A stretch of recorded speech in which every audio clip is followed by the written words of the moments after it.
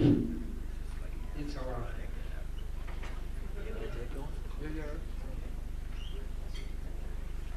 Well, welcome to the end of something nice. I don't know where we go from here. Anyway, guess we'll get started.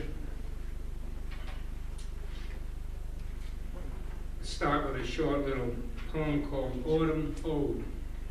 And this is for Monday Night Football and all the light beer drinkers in America. Jesus Christ, God, what kind of world is this? Life sucks and my girlfriend don't.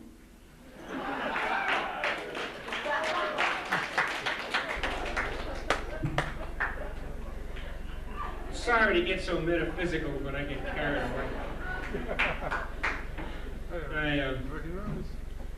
Okay, we had enough fun for the night. This is something I wrote in May of 1981 for a benefit we had in New York for El Salvador. And it's called El Salvador Amor.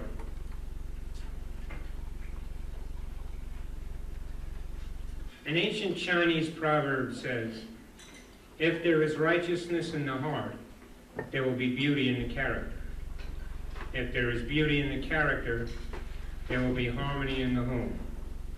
If there is harmony in the home, there will be order in the nation. When there is order in the nation, there will be peace in the world.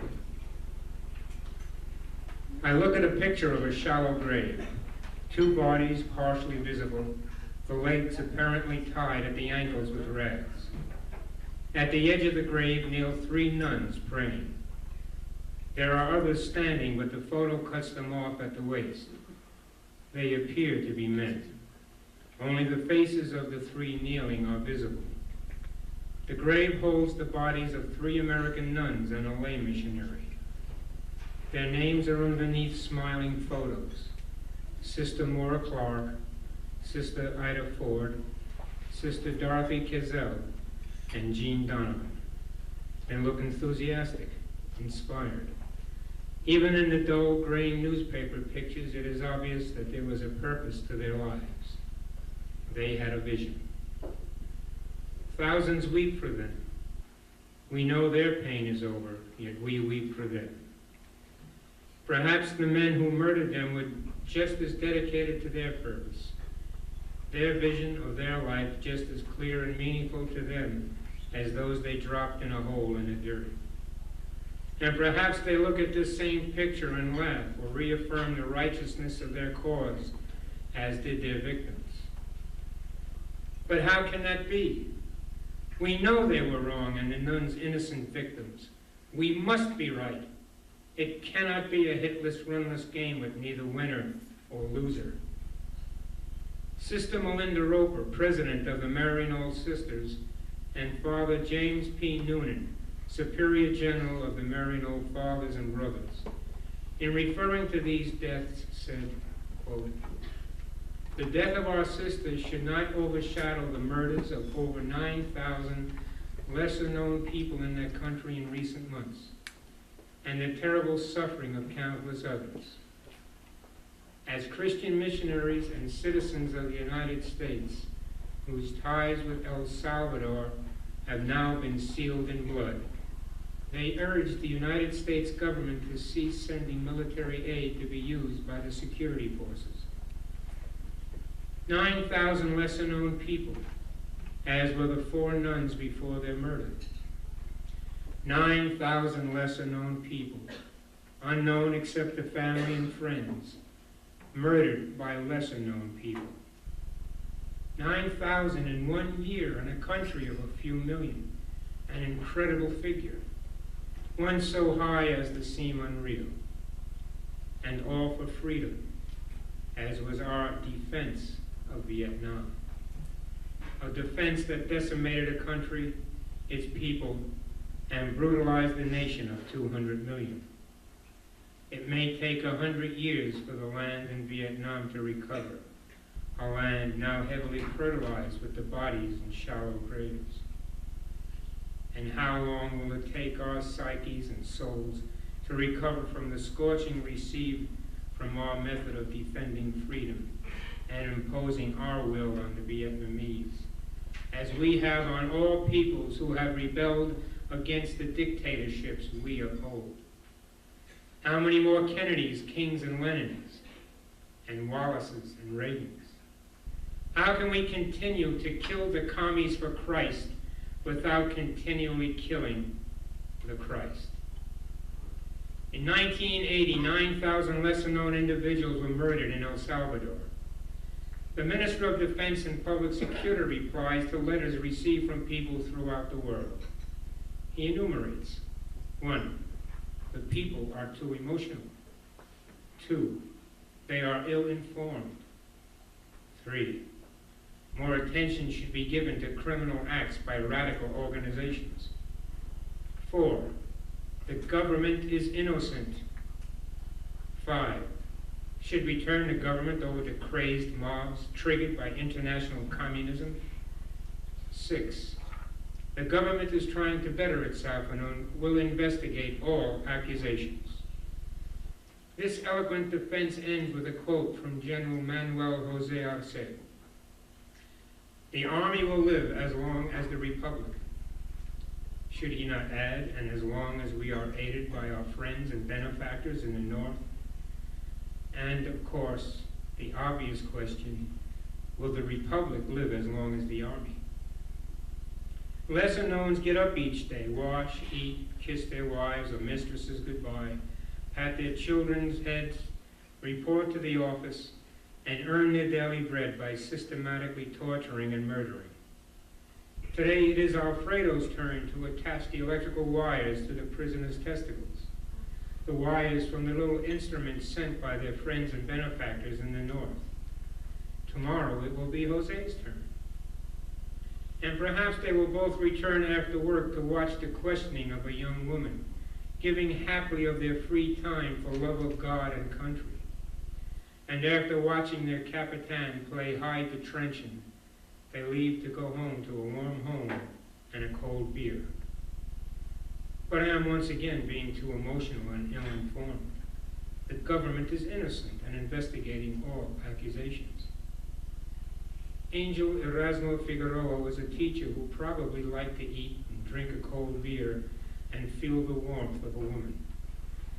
On April 19, 1980, he survived an assassination attempt. While on the operating room, troops machine-gunned him as Army and National Guard troops surrounded the hospital. Was he then resisting arrest? Was he then, this teacher, Angel Erasmo Figueroa, part of a crazed mob? Or was he a villainous instigator? But the government is innocent. And the campesinos, the men, women, and children who have been hacked and shot and dumped in shallow graves, are they the radical organizations we should give more attention to? And the knowns and lesser knowns put in their regular working day. Some grow food and coffee, some wash automobiles, some weave cloth and others make clothes, and some torture and kill other knowns and lesser knowns. Quote, the death of our sisters should not overshadow the murders of over 9,000 lesser-known people in that country in recent months, and the terrible suffering of countless others. End quote. 9,000 tortured, mutilated bodies, some dumped in shallow graves, and made possible by us. And because there are still those overly emotional, ill-informed, such as the Archbishop of San Salvador, quote, who shall always condemn every violation of human dignity, no matter by whom such violation is carried out, unquote. We shall now send millions more in armaments and increase the hunter's ability to pursue its dedication to defending their form of liberty with torture, murder, and shallow graves. Those in the shallow graves, known and lesser knowns, have families who mourn them, painfully aware that they will no longer be coming home at day's end. They love them. And those who put them there, the known and lesser knowns, have families who love them just as dearly and wait for them at day's end with just as much affection. Who do they hate? What image tortures the minds of the families of those in the shallow graves and those who dug them? Is it really a hitless, runless game? Is there really no winner and no loser? Can 9,000 people be murdered in 1 year without someone losing? Who do you hate? Shall I look at the picture of the partially concealed bodies of American nuns, with 3 of the nuns kneeling prayerfully at the edge of the shallow grave, and hate the miembros de la Junta Revolucionaria de Guerrero? Shall I think of the mutilated bodies of women and children and want to spit in the face of Colonel Jose Guillermo Garcia? Shall I think of the campesinos who are now nurturing the soil of their land with their rotting bodies and shove the face of Colonel Carlos Eugenio Vidas Casanova into the rotting flesh as I scream at him, you! Or should I think of the body counts that are now going on and let my blood boil with hate and ask Haig if he has an up-to-date printout? After all, Alexander, you can't tell the lesser-knowns from the lesser-knowns without a printout. What do I think of the executive order that will allow more sophisticated little instruments of torture to be shipped to our fellow defenders of liberty, and the larger ones that allow for a more efficient firepower and higher body count, and those who approve and implement the order with as much moral concern as that given to the purchase of a bag of jelly beans? Or do I spume forth my hate upon the entire military-industrial complex who cannot abide peace? Who do I hate? And why? Oh, dear God, tell me who to hate, and then convince me that it is just. Breathe within my heart the conviction that it is right to hate, that it is right to hate those who torture and mutilate and murder and dump 9,000 lesser-knowns into shallow graves. Fill my heart with the assurance that this will solve the problem and stop the killing. It is easy for me to hate, but impossible for me to live with it. I cannot hate the murderers, the torturers, the mutilators, and those who make it possible for them to continue without destroying myself and ultimately everything I believe in. If I truly believe it is wrong for them to kill, then I cannot hate them. If I believe such things are brutal, then I cannot brutalize myself by hating those who brutalize others. No, miembros de la Junta Revolucionaria de Guerrero. No, Colonel Garcia and Colonel Casanova. No, esteemed Secretary of State. No, Mr. President. No.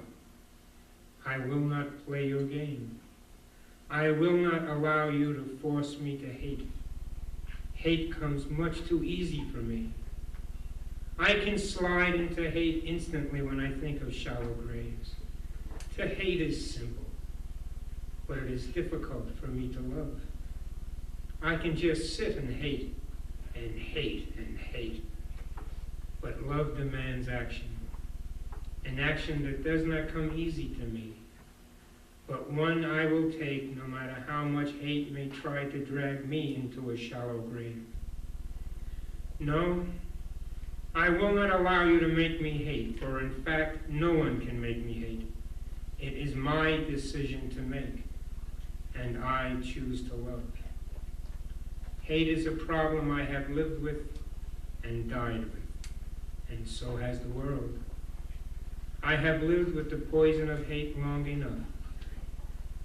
I no longer choose to live in the problem. It may be the problem of the junta. It may be the problem of our president. But they cannot drag me into their fear and hate. I choose to live in the answer, and the answer is love. And so I will love you, esteemed miembros de la Junta Revolucionaria de Guerrero. I will not defend my right to live, or anyone else's, with hate. I will love life, And so I will love the oppressors as well as the oppressed. I will love the prisoners and their tormentors. I will love the tortured and the torturers, the murdered and the murderers. For if the oppressed are my brothers, then so are their oppressors. And if I do not love both equally, then I love neither one. Either we are all one or nothing. Nothing. My blood boils as I see the Guardia Nacional hacking a campesina as she tries to scream away the danger to the child she clutches. The laughter of the soldier ringing through her head as she dies. Her child splattered with her blood and bits of bone. The child's hands locked in her mother's hair. Her screams almost inaudible with terror. The mother's body twitching spastically as blood spurts in the air. The child's screams seeming to continue as its head is almost completely severed from its body. The soldier's compañero congratulating him on his fine work before they turn and continue the chase of the campesinos. The body count already started. It's just a small scene, not uncommon, and has been seen many times and will continue to be seen. And my head screams as my blood boils with rage and my body fills with tears. And all of my being wants to lash out with righteous rage and kill the beast. Pursue it, trap it, and then pull it limb from limb and destroy it for now and always. But I cannot allow that. I must not allow it, because then I will be la bestia, the beast. I must fight my instincts and realize in all my being that I must love the hand that hacks as well as the campesina and her child, or I will be doing the hacking. I must love the lesser-known murderers who buried the bodies as well as the 9,000 lesser-knowns in shallow graves. I am either a part of the problem or a part of the answer, a living part of the answer. El Salvador amor. Love is the Savior.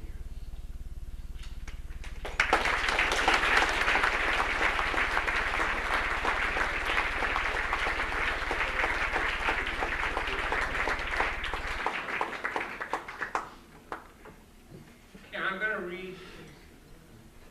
going to read a couple of sections from a book I'm working on now called Seeds of Pain, Seeds of Love. And this little section I'm calling Tomorrow. What a glorious luxury to believe in tomorrow. All the pain of today is bearable, whether over a 10-cent pocket knife or the ride to Dachau. All things are always possible tomorrow. There is always something that will happen that will change everything.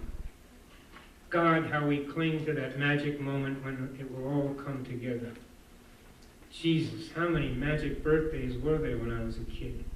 The magic age when I would finally be able to do something I longed so desperately to do.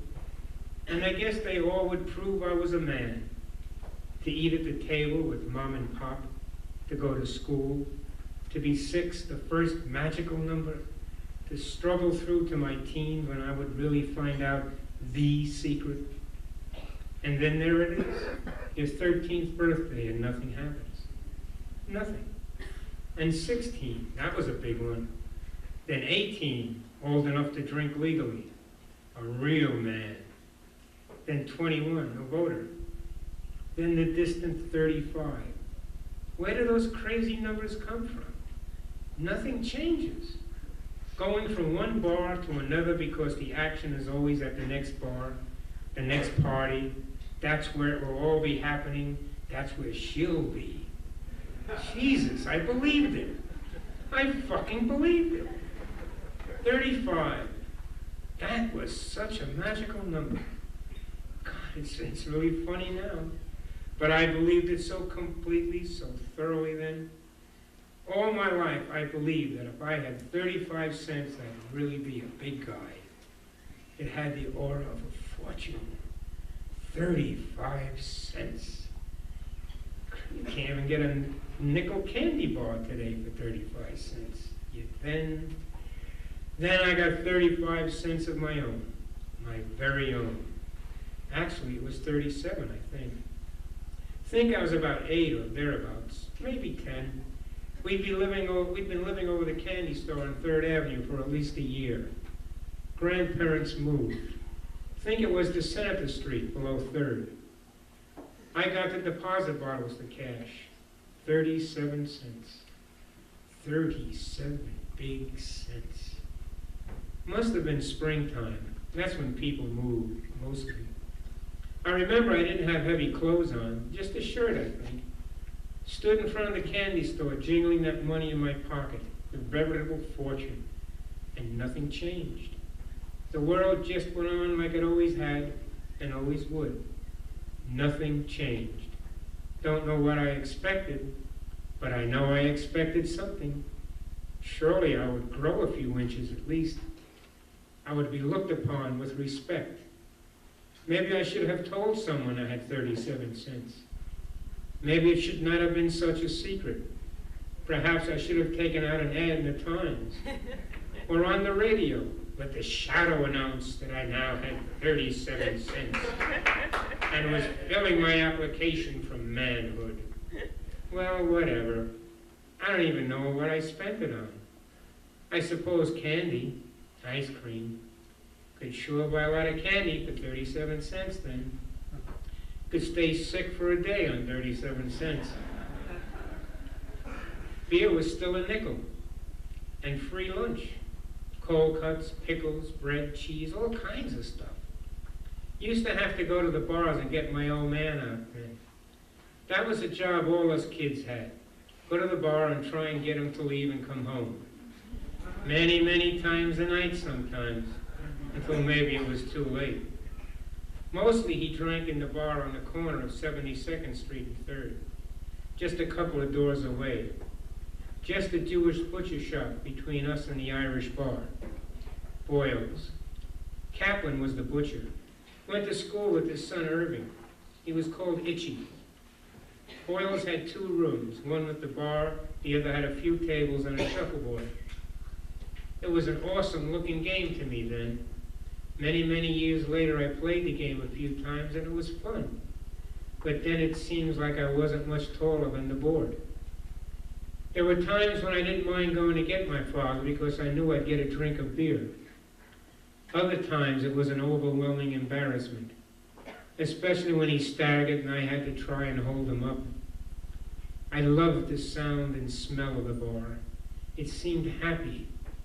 Sometimes he'd buy sodas for the kids, waving his arm and calling them into the candy store, staggering, mumbling, slobbering, looking like his face was draining down his neck. I used to stand back from the group, feeling as if I wasn't invited.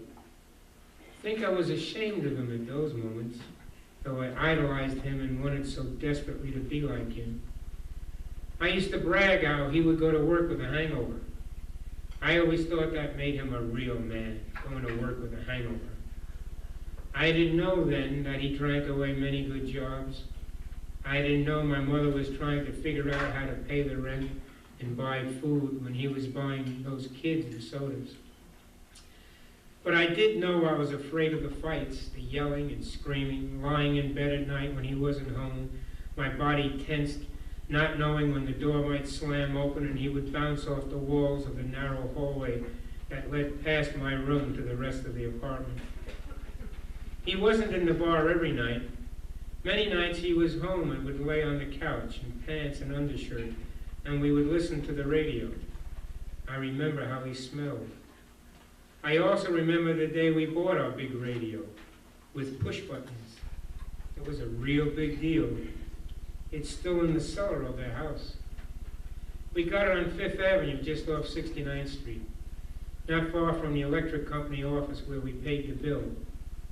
They were the first to have a door that opened with an electric eye, at least in our neighborhood. As kids, we played with the electric eye. Door open, door closed, door open, door closed, and giggle and laugh and screech and run, yeah, run. But the running's over. Simply ran out of space. Got our big radio just a few stores down 5th. Pop had to run a wire from the roof to our window to hook up the radio as an aerial. We lived on the top floor, so it was easy, I guess. 4 floors up, 3 flights of stairs, 16 steps in each flight, 8 one direction and 8 in the opposite direction. Used to run up and down those steps dozens of times each day, sometimes with skates on.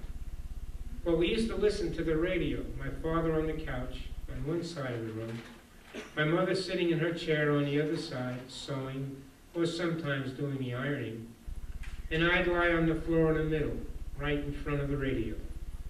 Sometimes my father would wrestle with me and rub his knuckles on my head, and I would screech and he'd be laughing and my mother would yell at us to stop.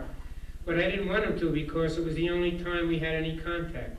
It was almost the only communication we had, until just before his death and the first couple of days after he died. We talk about Babe Ruth and Lou Gehrig, and later on about DiMaggio and Mantle, and after that there was just awkward silence or self-conscious laughter. Once when I was in my early 20s, we were the supers in a 22-unit apartment building, and I was in the basement with him. It had a coal-burning furnace, and he had just finished wheeling a supply of coal from the bin to the boiler room. He was stoned. Old Granddad, 100 proof bourbon, his favorite thirst quencher. He could barely stand, and he put his arm around my shoulder and waved his other hand toward the cellar. Everything I have is yours. Jesus, thanks loads. What a fucking legacy. Schlepping tons of coal from one end of the cellar to the other and tossing it in that goddamn furnace. You're all fucking hard, Pop. Not until much later, again just before his death, did he ever tell me he loved me. I guess that day in the basement was the closest he came to it until many years later.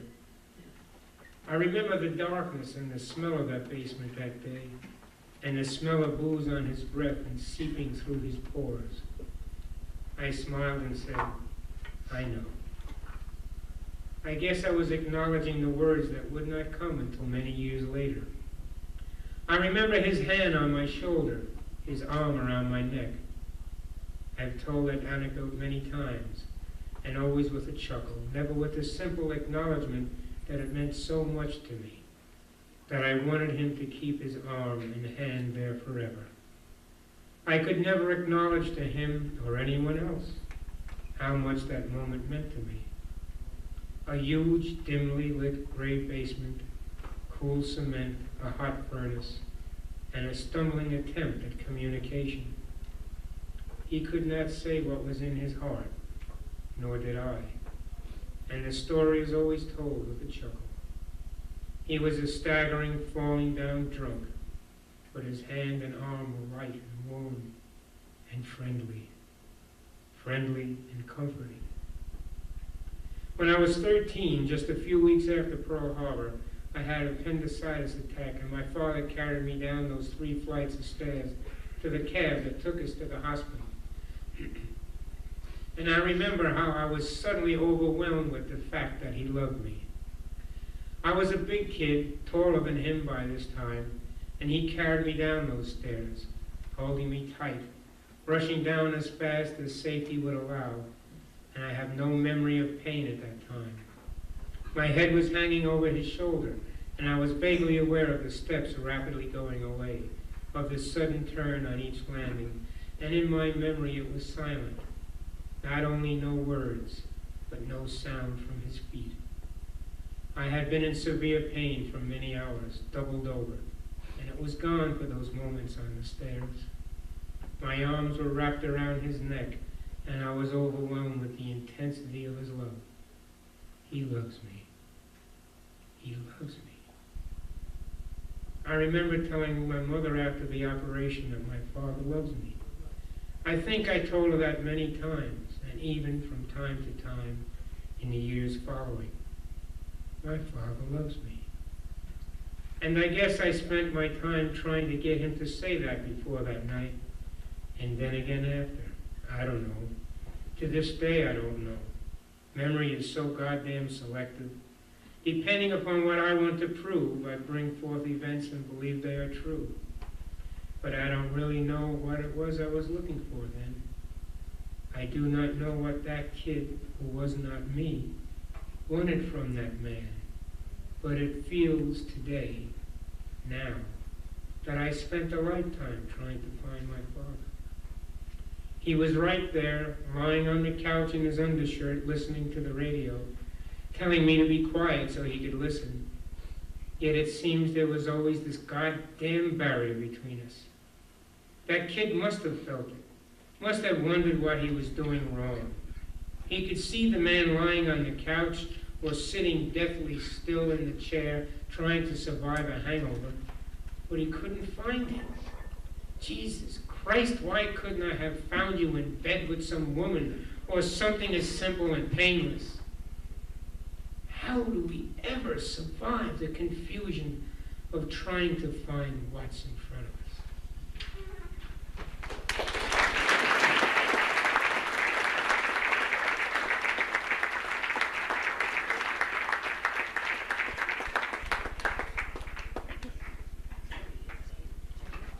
Sounds like a Woody Allen movie.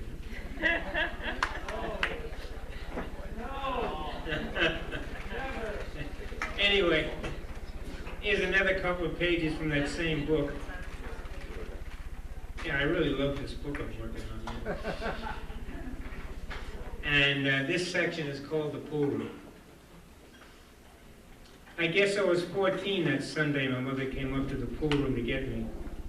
Jesus, I hated her for that.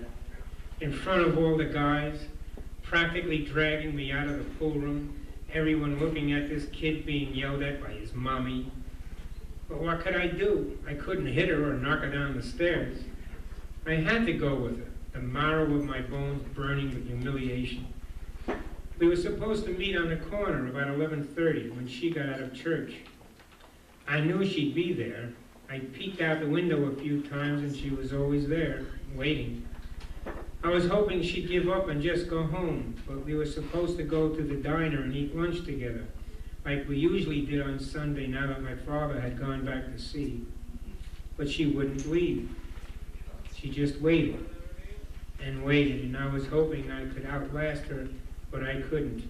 And she finally got so angry she came up the stairs to the pool room, and suddenly she was there, in the doorway, yelling, and then I was on my way down the stairs, my mind and heart knowing that everyone was laughing at me and calling me a mama's boy, and Jesus Christ, I wanted to die, or hit her, or something to redeem myself. Christ, I just wanted to play pool with my friends. And she's yelling about coming down and telling her. She waited on the street corner for an hour, and she was always asking me questions like that, like, why didn't I tell her? Why didn't I come down and let her know? Why didn't I this and that? And for Christ's sake, I don't know why. And it seemed like every time I wanted to do something or tried to tell her something, her feelings got hurt. Or at least I thought they would, so I never said anything like, how in the hell do you say things like that? How do you tell your mother you'd rather spend the afternoon shooting pool with your friends than meet her for lunch after church? It wasn't my fault my father was at sea. It wasn't my fault I was an only child.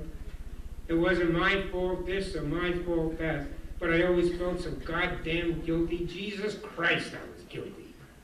It seemed like the entire fucking universe was dependent upon me for its well-being, and I couldn't cut it. My insides broiled and raged, yet I somehow always felt like this little kid who was so totally powerless over the tyranny of the adult world. It seemed that no matter how hard I knocked on the door, the fucking thing would never open. Oh, fuck it. The world still doesn't make any sense to me, so how could I make any sense out of it then? Especially when there were no names for things. And if there were, what difference would it have made? Would it have helped me to know I felt frustrated, trapped, lost, alienated, guilty, lonely, sad, and frightened? Frightened? I remember when I would be hit with my father's razor strap. Good, solid leather. My mother wielded it. She had to. He didn't do much but yell. And she believed in it. She believed that if she didn't whack me with that fucking thing, I would never learn. Learn what? Who the fuck knows? Learn not to do the things I was being whipped for doing, whatever they were. He would just yell, and she had to inflict the punishment. And there always seemed to be such an endless build-up to the whippings. There always seemed to be an eternity from the time I was sent to my room to wait for the whipping, and I could hear her walk down the hall to the bathroom to get the strap, and then back to my room. And she would grab me by the upper arm with the grip of a bulldog. And no matter how much I twisted and turned and yelled and begged, she held my arm as if she were welded to it, and managed to talk the whole time she whipped me with that goddamn thing. And I guess I was supposed to understand that what it was all about, and not do it again, but it never made any sense to me, and I can't remember one word of it now. Not one fucking word. I loved my mother, and I could never understand why I was doing whatever I did that was so terrible I forced her to beat me, and why he just laid on the couch in his undershirt and shorts and yelled at her to take care of me, to straighten me out, or some fucking thing like that. Yet he loved me. I found that out that night he carried me down to the taxi cab. I was taller than him by that time and must have looked funny as hell hanging over his shoulder. Never thought of that. Too much pain. No embarrassment when the people on the street looked at us. No humiliation.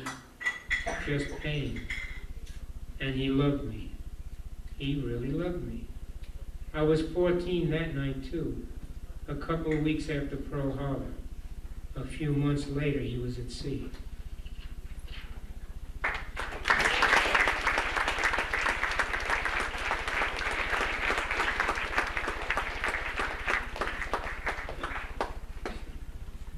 Couple of short things here. A few years ago, I got the opportunity to do something I wanted to do for many, many years. That's to write some psalms. So I'm going to read one of them tonight. This is Psalm 3. How long the night of my pain, Lord, and short the days of my joy. Why does darkness shroud my soul at noon and the light stop at my doorway? Is it my knees you want me to bend? Is it my will you would have me surrender? I bow to no man, so how can I surrender to you? You talk of mercy, but I dispense judgments. You talk of love, but I must live in strength. You talk of forgiveness, yet I must be ready to defend. I deal with my tormentors as they would me. Better I should not hear your voice when all you say drives me mad, and all I can do is scream at the darkened sun, shine, shine! And thaw the frozen marrow in my bones. Oh, Lord, Lord, how short the days of my joy, how long the nights of my despair.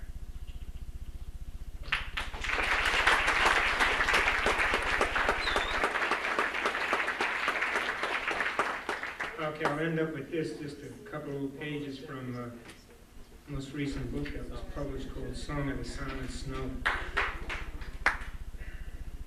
Thank you, Pop. This is called Fat Phil's Day. I used to get out of Sunday school about 10:30 or so and wake up some of the other guys, and we'd wait on the corner for the crap game to start. We had one every Sunday, no matter how cold or how lousy the weather was. And Fat Phil would be out by 8 with his shine box and get everyone going to church, from the 9 o'clock mass to the 11:30. He'd stand on the corner and look poor and neglected, and he'd make out like crazy. If anybody asked him how old he was, he'd knock off 3 years and say 10, and tell them how he had to help support the family. He had some line, and the churchgoers really ate it up. Anyway, after he finished shining shoes, he'd come down to 3rd Avenue and get in the game. Usually me and Fritz would play until we only had a dime left and save that for the movies. But sometimes we'd win a few bucks. But this Sunday, Phil got on a hot roll and was cleaning everybody. Danny, a half-assed hustler from 43rd Street, usually came around and bet wrong. But he wasn't there today, so the rest of us had to keep going against the Greek. If Danny was there, we could have jumped on Phil's hot roll, but he wasn't. Anyway, every time Phil threw the dice, he'd throw a natural, or if he got a point, he'd hit it anyway. After about 7 or 8 passes, he was taking all kinds of bets and winning, gagging his point the hard way, over and under 7, anything anybody wanted to lay, and he won. We tried everything to get him off the roll, joning against, then with him, gating the dice, but still he'd win. And every time he threw another pass, he'd roar and yell, "Shoot it! Come on, you bastards, fade me, I'm hot. Come on, who's gonna fade me? $50 still open." And somebody'd throw the money down, and he'd roll the dice and hit another pass and roar and scoop up the money. And we tried gating the dice every other roll, but still he won. And everybody was going broke. And we started slapping him on the head and taking the polish from his shine box, and he'd run after it and come back and throw the dice and hit another pass, and roar that he was going to take us all to the cleaners. And Booby gave him a shot in the arm and told him if he didn't crap out, he'd break his head. And Phil still won, but now he didn't laugh so loud. And every time he picked up the money, we kicked him in the ass or rapped him off the head, but he couldn't lose. He hit 4 for a point, and Sal made him take an even money bet that he wouldn't do it the hard way. And Phil almost cried, but he put his money down and threw the dice, and 2 2s came up. And Sal told him he'd break his shine box over his fat Greek head if he didn't crap out. And he said he'd pass the dice, and Sal told him he'd play until he crapped out or we'd kill him. And he picked up the dice and threw another natural, and we were really punching him now. And he almost cried, but still scrambled after the money. And we kicked his ass, "You fat son of a bitch. Come on, fellas, leave me alone." Rap. "Come on, give me my brush." Rap. "Please." Another pass. "Stop it, guys. Come on, will you?" And he covered his head, waiting for us to fade him. And he hit a point. And when he picked up the dice, we rapped him and kicked him. And he stopped pleading with us and started pleading with the dice. "Come 7. Please, a 7. And he threw it again and again, and finally came up 4-3. And he jumped up and yelled, "7! There you are, a 7! I lose! A 7! 7!" And he grabbed his shine box and ran like hell. Thank you very much.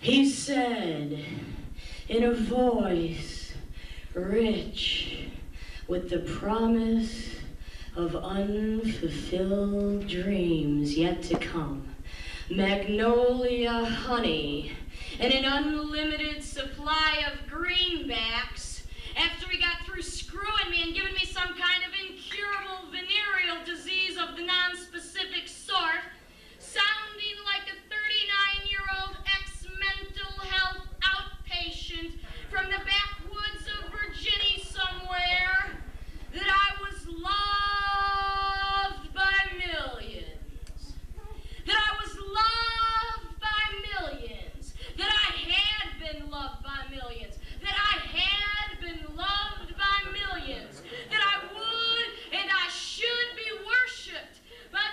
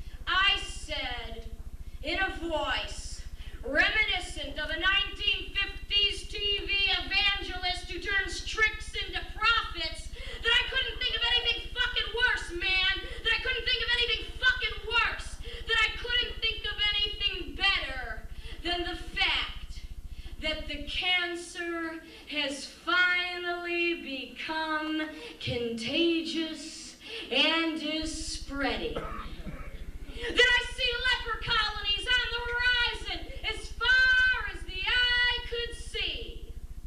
That I wanted to build a fail-proof, fail-safe, fallout shelter in the middle of the Badlands of Montana to keep me safe from you. To keep you safe from me. Safe from the disease. Because I'm just here to spread the disease. I'm just here to spread the disease. I'm just here to spread the disease because the disease is the cure. Because the disease is the cure. Because it cures your ills. Because it kills your ills. Because it kills you. And you're your worst fucking problem anyway.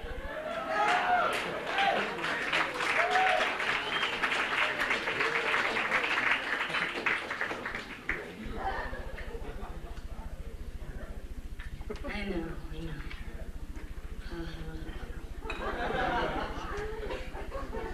I know that it's Saturday night once again, and everyone just wants to get drunk, shoot some dope, or snort some speed, or just get fucking stoned, and fuck. Fuck the brains out of it. Me too. That's why I came out to Los Angeles, good, clean Los Angeles, sunny Los Angeles, to meet my match, baby. That's why I'm here tonight. Fuck that $250 lousy dollars. I'll pay to meet my match. I'll gladly pay for the kind of man that's going to tell me, oh, baby, oh, baby, oh, baby, oh, baby, baby, I'm not going to hurt you. Oh, baby, I'm not gonna hurt you. Oh, baby, I'm not gonna hurt you. I'm not gonna hurt you. I wouldn't hurt you. What? You think I'm gonna fucking hurt you? Oh, you think I'm gonna fucking hit you? Is that it? You think I'm gonna fucking hit you? You want me to hit you, don't you? You want me to fucking hit you, you stupid fucking bitch? That's what you fucking want, right? You want me to fucking hit you? Well, fuck you, baby. I wouldn't fucking touch you. I wouldn't fucking touch you. I wouldn't even want to touch you with a 10-foot fucking pole. I wouldn't even want to fuck you with his dick. Yeah, you stupid fucking bitch. Yeah, I ought to fucking kill you. I ought to just fucking kill you and end your fucking misery. I ought to fucking kill you, only I don't want to hurt you. I don't want to hurt you. I don't want to hurt you. I want to help you. I want to help you. I want to help you. I just want to help you to hurt yourself. I just want to help you to kill yourself. Yeah, I just want to kill you. Yeah, I just want to kill. Yeah, I just want to kill the pain. I just want to kill the pain. I just want to kill the pain because there's a war inside my head. Yeah, there's a war inside my head. And it's telling me to do all kinds of sick and disgusting and filthy, stupid, degenerate, unnecessary, ugly things. Yeah, it's telling me deep down inside, I hear those little voices calling to me and saying, hey, yeah, yo, you're an American death machine, baby. You're an American death machine, yeah. You're death on wheels, baby. You're death on wheels. You're an accident ready to happen, yeah. You're a walking time bomb. Hey, yeah. You're the birth of tragedy, baby. You're big fucking enemy, yeah. It's telling me this has always been a one-way street. And it's always been me versus you. So next time you're in the fucking supermarket, just remember me. Because I'm the sniper in the supermarket. I'm the Tylenol killer. I'm the hillside strangler. I'm Ted fucking Bundy. I'm the Mars murderers, yeah. I'm the Mars murderers. I'm the Night Stalker. I'm Napoleon. I'm Mussolini. I'm Hitler. I'm Gaddafi. I'm Khomeini. I'm Ronald fucking Reagan. I am the average. And allow me to underline that. I am the average, all-American, hard-working hero zero that's turned into a fucking killer, that's turned into a rapist, that's turned into a terrorist, that's turned into a gambler, gangster, hitman,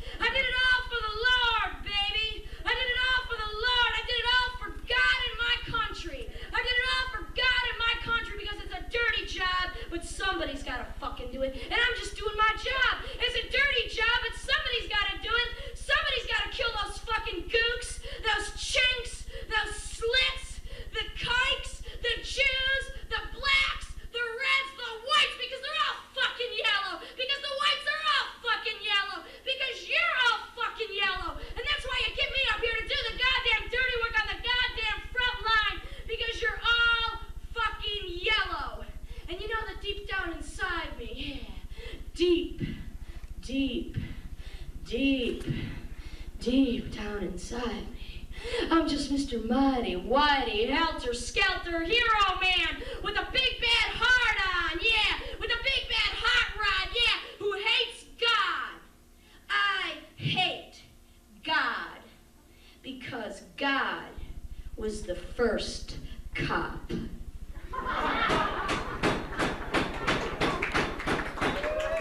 He was the first cock. He was the first big-dicked, mean-assed, stingy, no-good, low-life motherfucker that condemned me to a life sentence of shit sandwiches from day fucking one anyway, yeah. And now I'm just trying to forget everything. I'm just trying to forget that I was ever fucking born. And the only way I can do that is by slipping in and out of dreams. Of slipping in and out of dreams. And this is a fucking nightmare of slipping in and out of dreams. And now I'm dreaming. And now I'm dreaming that I'm living inside the body of a 372-pound black man, yeah, who's driving 365 miles an hour into a brick abutment, yeah, for the 365th time. Because the road to nowhere is covered with shit. It's covered with drunks, with drugs, with fuck, and cum. I'm floating on a broken shoelace in a sea of shit, and pus, and piss, and cum, and blood. I see 452-mile-long forest fires that your plane crashes into at 2 o'clock in the morning when you're on your way to visit me on the East Coast. Yeah. I see open sewers, dead babies, bombs bursting in air, rifles ricocheting out the bellies of pregnant women, crippled children poisoned on school buses, dead men, women, and children, crumbled cities polluted beyond recognition, crumbling cities polluted beyond recognition. I was lying when I said I was lying. I was lying when I said I was lying. It is carcinogenic. I am contaminated. And now all I do, that's what I need. I need to be terminated. Now I need to be terminated. Hey, brother, can you spare a dime? Brother, can you spare a fucking dime bag? Because I'm trapped inside. And this is only a small problem in my long list of many. I'm trapped inside the perfect torture chamber, where it's the endless mind fuck, where it's the rip-off, the rub-out, the bad deal, the bum deal, the bad trip, the death trip, because it's the American way of life, death, because it's a fucking permanent waste of time, because it's an endless headache, endless fatigue. It's the 10-year hangover that I'm suffering from. That's what it is. It's a battle of sex as an animal act fucked up by your emotions. This is the thin line which separates the animal from the vegetables. Yeah. This is for those that want to crash and burn, baby, and die with their boots on while getting a blowjob, yeah. Because they're not easing into anything. They're not easing in. I don't want to ease in. I don't want to slip in. I don't want it to slip in. I want you to force it in. Yeah, that's it. I want you to force it in. I want you to force it in if it don't fit in. If it don't fit in. If it don't fit in. But first, please. Please. You gotta understand. Gotta understand me first. Yeah, gotta understand. But if you're like me, you don't want to understand. Yeah, you don't want to understand. You don't want to understand. You don't want to hear about it. I don't even want to hear about it. I don't even want to know about it. I don't want to know about anything I don't already know about. I don't want to know nothing I don't want to know. I want to know the fucking truth if it slapped me in the fucking face. fucking truth if it slapped you in the fucking face, and I'd love to slap you right in the fucking face. Only I usually get paid more money for that kind of behavior.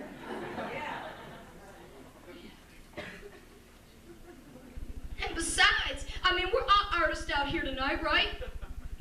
And an artist, we all know, an artist has got to suffer. An artist has got to suffer. An artist has got to suffer. That's what they taught you in fucking art school, you fucking art holes, yeah. An artist has got to suffer, yeah. And anyway, hey man, I'm just paying my dues, you know? I'm just paying my dues. I'm just doing my downtime, you know? I'm like just doing the downtime, you know? I mean, like, I was gonna go home and shit a novel, right? But then I got writer's block and I couldn't write anything for like 10 or 20 years. I mean, you know what I mean? But I'm still reading from my own notebooks, you know, because I just, like, I have to go back because, like, I can't create, you know? I mean, I just can't create. You sure? Yeah, you know the problem. I can't create. I can't create. I can't get high enough. That's it. I can't get high enough. I can't concentrate because I'm not high enough. I can't get high enough. I can't concentrate. Therefore, I cannot create. I can't create. I can't do anything that isn't full of hate and pain and blood and drugs and fuck. Yeah, it's because I can't control myself. Again, I already told you. Yeah. Yeah. I can't control myself. I can't control myself. I can't control myself. And I left it to any of you fucking assholes. You couldn't control me either. Otherwise you would. You'd help me. Yeah, you'd stop me. You'd stop me. You'd stop me right fucking now. I'm asking you. Come on. You'd stop me. You'd stop me from fucking drinking, from fucking drugging, from fucking, from sucking, from eating, from sleeping, from smoking, from choking. Yeah. 24 hours a day. 7 days a week, 365 days a year for the last 10, 20, 30, 40, 50 years of my rotten stinking life. Just call me the marathon man, yeah. Just call me the marathon man. And why can't you help me? I mean, I can't help myself, that's obvious. Why can't you fucking help me, man? Why the fuck can't you help me? Why the fuck can't you do something? When the fuck are you gonna do something? When the fuck are you gonna do something? What the fuck are you doing? What the fuck am I doing? Yeah, what the fuck have I been doing for the last 25 years of my stinking, rotten, stupid, pathetic, miserable fucking life? When the fuck am I gonna do something? When the fuck am I gonna do something useful? Yeah, something fucking useful. Like rob a bank. Or kill a cop. Or shoot the Pope. Or shoot the president. Or kill you. Or kill myself. Or build a better fucking bomb. Or start a war, man. I already started one because I'm fighting with myself every fucking day. Yeah, I'm fighting with myself every fucking day. And then you wonder why I'm mad as fucking hell. What the fuck do you think?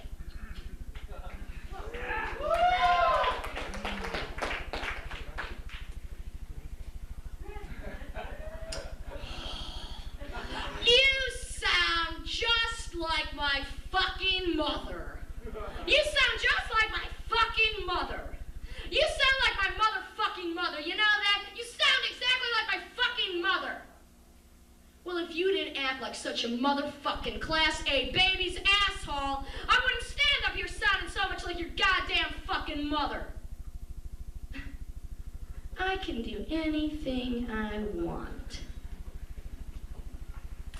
I can do any goddamn thing I want. I can do anything. Only I don't want to. I don't want to.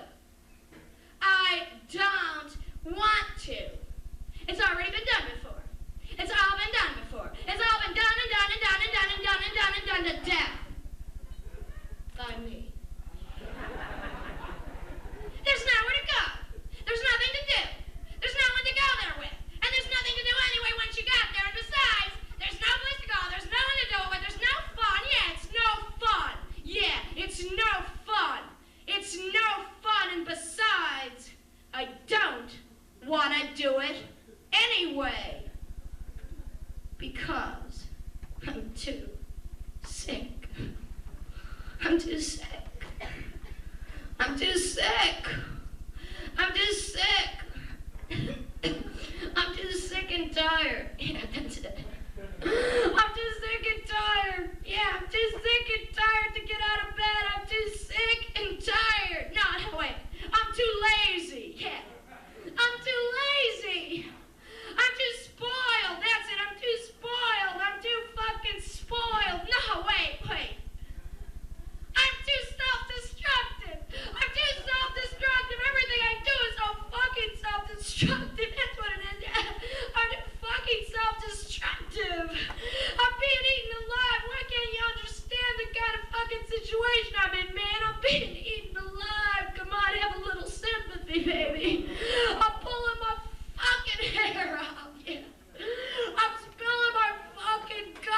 Yeah.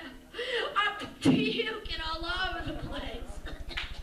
I'm puking all over the place.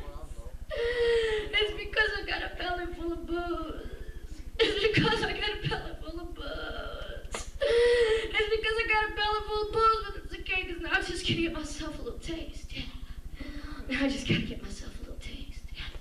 Now I just gotta get myself a little taste, because I'm trying to get myself straight. You see, I'm trying to get myself straight. Look, man, I'm trying to get my shit together, right? I'm trying to get my shit together. Look, I am gonna get my shit together, right? I'm trying to get off of this bender. I'm trying to get out of the gutter. I'm gonna get away from the pusher man, man. I'm gonna get my shit together. Listen to me. It's just a matter of time, that's all. It's just a matter of time. And I'm just killing time. I'm just killing time. Yeah. Because I'm too much of a fucking coward to kill myself. Yeah. Yeah, because it takes guts to kill yourself. It takes guts to kill yourself. And I know that you already tried the needle, baby. You already tried the noose. You tried the bullet. And you tried the blade, but just like me, you're too much of a fucking coward to keep that one last date with fate. Yeah. You're too much of a fucking coward. Because it takes guts to kill yourself. It takes guts to kill yourself. And I love a man with guts. A man's gotta have guts, yeah. A man's gotta have guts, right. A man's gotta be into random shooting, that's it. Blood sports, yeah. Wrestling, speedway, drag racing, yeah, that's it. Dog fighting, cockfighting, horse racing, dog racing, gambling, cards, yeah. Hustling, lying, stealing, cheating, dealing, yeah, he's gotta have been to prison. Yo, man, my man, he's been to prison, right? Yo, he's been to the penitentiary. He did 16 years on a murder one rap, yeah. My man, he's got to have been to the military academy so he knows how to kill. And then he went to the mental institution because he killed 16 people in 3 days, yeah. My man, he lives in a welfare hotel, a crack den, a shooting gallery. He lives in a subway doorway. He's into freeway shootings, subway shootings, pollution and the plague. Yeah, my man, he's bombed an abortion clinic, right? Yo, like my man, he bombed the art gallery. He bombed the mortuary. Yo, like my man's got tattoos. He drinks whiskey. He listens to those lousy hillbilly blues that I hate to hear in the back of his 57 pickup on the outskirts of a pig farm. Yeah, my man. Hey, baby. My man's into kidnapping, yeah. My man's into kidnapping because that's how he got me in the first place, yeah. You listening, Daddy? My man's into kidnapping, yeah. My man's into hijacking. My man's into murder, baby. Arson, rape. My man's into rape. My man's into rape. My man's into rape because a man's gotta do what a man's gotta do. A man's gotta do what a man's gotta do because it's a fucking life sentence.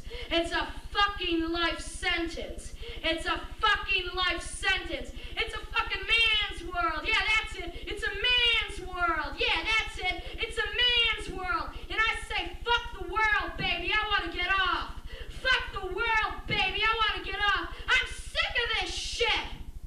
I'm sick of this shit. I'm sick of it.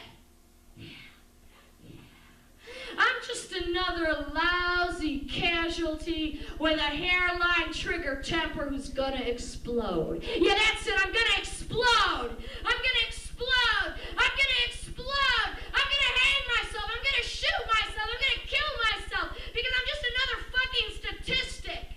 I'm a fucking number. I'm numb. I'm 1 in a million, baby.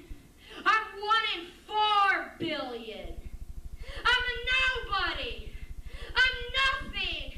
I'm nobody. I'm nothing, and I'm not gonna take it anymore. I'm not gonna